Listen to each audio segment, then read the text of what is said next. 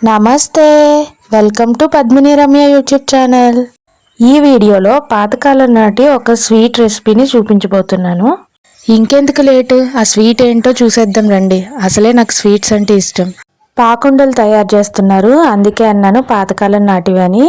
మా అమ్మమ్మ గారికి అయితే చాలా ఇష్టము ఈ పాకుండలు.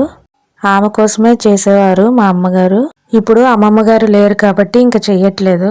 ముందుగా బియ్యాన్ని అయితే నానబెట్టుకోవాలి. అది ముందు రోజైనా నానబెట్టుకోవచ్చు, ఒక 2 days ముందైనా నానబెట్టుకోవచ్చు.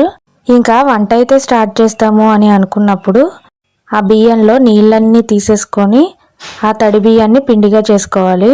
మిల్లుకైనా పంపించుకోవచ్చు, మిక్సీలో అయినా చేసుకోవచ్చు. మెత్తని పిండి చేసుకోవాలి. పిండి తడి ఆరకుండా నొక్కుకోవాలి. పిండి అయితే రెడీ అయిపోయింది, ఒక పక్కన పెట్టుకోవాలి. తర్వాత కొబ్బరి ముక్కలు కూడా కావాలి ఈ పాకుండలకి. కొబ్బరి చిన్న చిన్న ముక్కలుగా కట్ చేసుకొని నెయ్యిలో అయినా వేపుకోవచ్చు, అలానే నూనెలో అయినా వేపుకోవచ్చు. నెయ్యిలో అయితే టేస్ట్ బాగుంటుంది. ఇప్పుడు పాకం కోసం బెల్లంలో కొన్ని వాటర్ వేసుకొని మరిగించుకోవాలి. పాకం వచ్చిన తర్వాత పాకుండలకి ఎలాంటి పాకం అయితే పట్టుకోవాలో అలాంటి పాకాన్ని చూసుకోవాలి. పాకుండలకి పాకం ఎలానంటే నీళ్ళలో పాకం వేస్తే అది ఉండవ్వాలి, మెత్తగా అవ్వాలి, గట్టిగా అవ్వకూడదు. పొంగడాలకు కూడా ఇలాంటి పాకమే పట్టుకోవాలి. పాకం వచ్చేసిన తర్వాత కొబ్బరి ముక్కల్ని కూడా వేసేసుకోవాలి. వేసేసుకొని దించేసుకొని ఆ పాకంలో పిండిని అయితే కలిపేసుకోవాలి. పిండి మరీ ఎక్కువ కలుపుకోకూడదు, ఎందుకంటే అది చల్లారే కొలది గట్టిగా అయిపోతుంది పిండి. మరీ గట్టిగా కాకుండా కొంచెం జారేలాగా చేసుకోండి. గట్టిగా చేసుకుంటే పాకుండ లోపల పిండిగా ఉంటుంది. పిండి కలపడం అయిపోయిన తర్వాత ఆయిల్ అయితే హీట్ చేసుకోవాలి. ఆయిల్ మరిగిన తర్వాత ఇప్పుడు పాకుండల పిండిని చిన్న చిన్న ఉండలుగా చేసుకొని మరిగించిన ఆయిల్లో వేసుకోవాలి. ఈ పాకుండలు అయితే మా ఇంట్లో చేయట్లేదు, మా వీధిలో ఉండే వాళ్ళ ఇంట్లో చేస్తున్నారు. వాళ్ళు ఈ వంటనైతే పుల్లల పొయ్యి మీద చేస్తున్నారు. నేను ఇప్పటి వరకు కట్టెల పొయ్యి మీద వంట అయితే చూపించలేదు కదా. వాళ్ళ ఇంట్లో ఈ పాకుండలు చేసుకుంటుంటే నేనైతే వీడియో తీసుకోవడానికి వెళ్ళాను. మా అమ్మమ్మ గారు చనిపోయిన తర్వాత అయితే పాకుండలు చేసుకోలేదు. చేయమంటే చేస్తారు కానీ. పాకుండలు వేగకైతే తీసేసుకోవాలి. ఎక్కువ కలర్ రాకుండానే తీసుకోవాలి.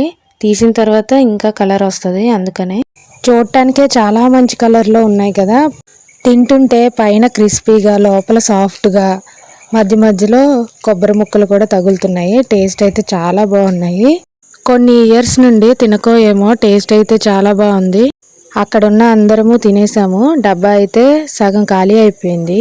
ఈ పాతకాలం నాటి వంట మీరు ఇప్పటికి కూడా చేసుకుంటున్నారా? చేసుకుంటుంటే కామెంట్ చేయండి.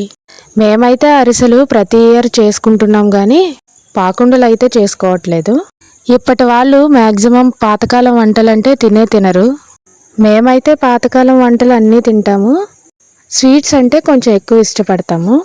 పాకుండలు చేయటం ఎలానో తెలిసింది కదా, ఇంకేంటి లేటు.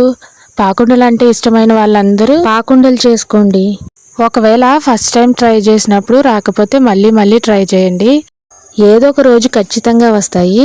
మనకేమొస్తుంది, ఏం రాదులే అని వదిలేయకూడదు. ఎప్పుడూను మనం ట్రై చేయాలి. కేజీ బెల్లానికి కేజీన్నర బియ్యం నానబెట్టుకోవాలి. పాకం కోసం బెల్లంలో ఒక 1/2 లీటర్ వాటర్ అయితే వేసుకోవాలి. కొబ్బరి ముక్కలు కొన్ని. బాయ్.